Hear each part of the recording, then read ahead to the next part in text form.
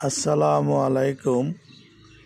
গ্রামীণ ব্যাংক দরিদ্র সদস্য এবং গণপ্রজাতন্ত্রী বাংলাদেশ সরকারের যৌথ মালিকানাধীন একটি প্রতিষ্ঠান।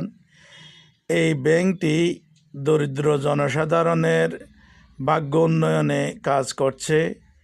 এই জন্য বিভিন্ন প্রকারের ঋণ দান করে গ্রামীণ ব্যাংকের সদস্যদেরকে স্বাবলম্বী হওয়ার জন্য কাজ করছে।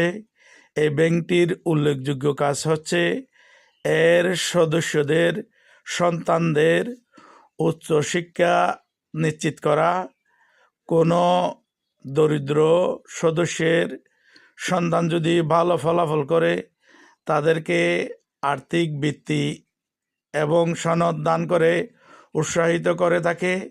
এছাড়া বিশেষ করে ডাক্তারি, ইঞ্জিনিয়ারিং এবং বিশ্ববিদ্যালয়ের মতো ব্যয়বহুল উচ্চশিক্ষায় শিক্ষা ঋণ দান হলো গ্রামীণ ব্যাংকের উল্লেখযোগ্য একটি কাজ। এই ঋণগুলো যখন গ্রামীণ ব্যাংকের সদস্যদের সন্তানরা কর্মজীবনে প্রবেশ করবে তখনই পরিশোধ করতে হবে। যতদিন পর্যন্ত ওরা উপার্জনের উপযুক্ত না হয় ততদিন পর্যন্ত এই ঋণ পরিশোধ করতে হবে না। মাত্র 5% সুদে এই ঋণ উচ্চশিক্ষার জন্য গ্রামীণ ব্যাংকের সদস্যের সন্তানদেরকে দেওয়া হয়।